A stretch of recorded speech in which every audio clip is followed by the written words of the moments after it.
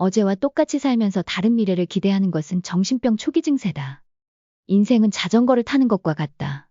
균형을 잡으려면 움직여야 한다. 창의성의 비밀은 자신의 창의력의 원천을 숨길 줄 아는 것이다. 나는 단 한 번도 이성적인 사고를 통해 발견한 적이 없다.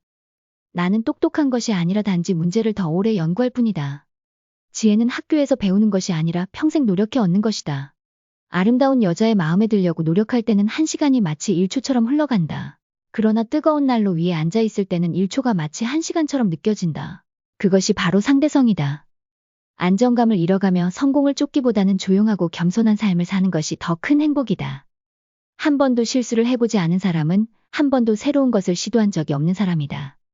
오직 남을 위해 산 인생만이 가치 있는 것이다.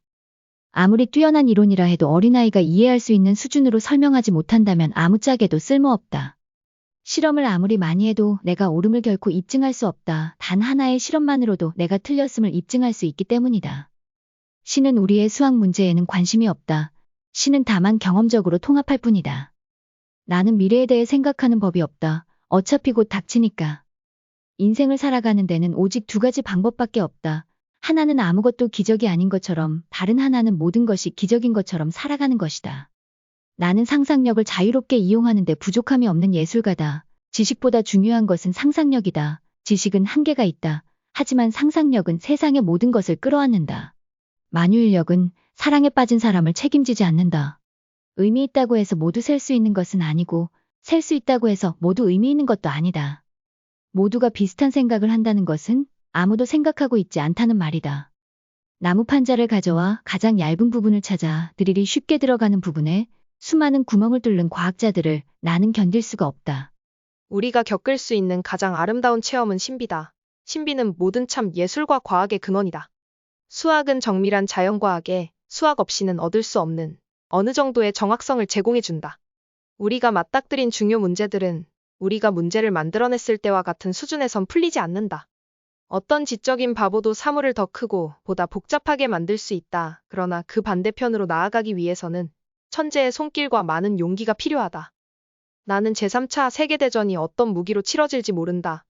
하지만 제4차 세계대전은 몽둥이와 돌로 싸우게 될 것이다.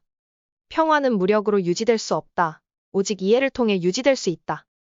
모든 과학의 위대한 목표는 최대한 많은 경험에서 얻은 사실을 최소의 가설이나 원리에서 추론한 논리적 해석으로 설명하는 것이다. 우리 모두는 초대장도 없이 비자발적으로 지구에 온 방문객이다. 하지만 나에겐 이 비밀조차 감탄스러울 따름이다. 어느 나이가 지나면 독서할수록 마음은 창의성으로부터 멀어진다. 너무 많이 읽고 자기 뇌를 너무 적게 쓰면 누구나 생각을 게을리하게 된다. 이 세상에서 가장 이해할 수 없는 말은 이 세상을 이해할 수 있다는 말이다.